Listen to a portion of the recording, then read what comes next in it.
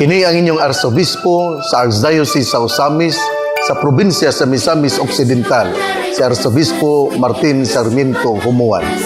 Pasko na usab, atong gisaulog ang pagkatao sa Dios, aron ang katawhan mahigmata nga ang lintunganay sa atong pagkanilalang mao ang pagpuyo sa kalinaw, pagsinabtanay, pagpinasayloay o pagtambayayungay.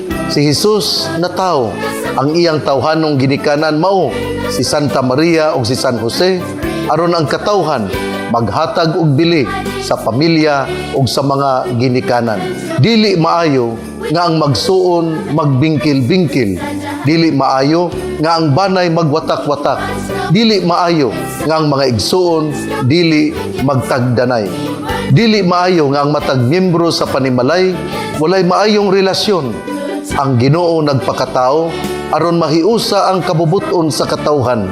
Kini nagsugod diha sa banay ug mukuyanap sa katilingban.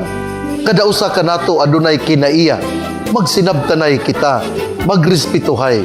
Labaw sa tanan ang pagpasaylo sa mga nakasala kanato. Kung mapuy-an ang kalinaw kay adunay pagsinabtanay, pagpinasayloay diha sa atong kasing-kasing, ato gayud nga nasa ulog ang tinuod nga diwa sa Pasko sa pagkatao ni Hesus. Busa paningkamutan nato bisan asa kita moadto, kita magdala og kalinaw, pagsinabtanay, pagpinasayloay ug pagtambayayungay. Kay mauman kini ang diwa sa Pasko. Dili man ang material nga butang ang maghatag og tiunay ug hingpit nga kalipay. Anaa sa mayong relasyon sa usag-usa ang tinuod nga kalipay inubanan sa gugma nga gikan sa Ginoo. Mao nga kinahanglan gyud nga kita nga anaa nga mga managsuon diha sa pamilya, kinahanglan gyud nga adunay maayong relasyon. Niining Pasko, importante gyud kaayo nga mataw di na sa atong tagsa-tagsa kakasing-kasing ang tinuod nga pagpinasayloay, pagsinabtanay ug paghatag ug gugma sa usag-usa.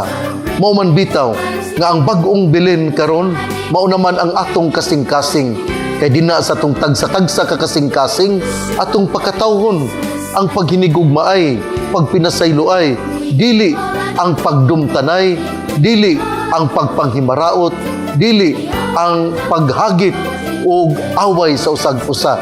Buhato nato nga tinuod nga bilin, tinuod nga pasungan, diin ang Ginoo na tao diya sa tong kasing-kasing ang tinunay nga bidlisiw sa kalipay, kay ang mga managsuon aduna may pagsinabtanay ug ang mga silingan aduna may pagpinasayloay.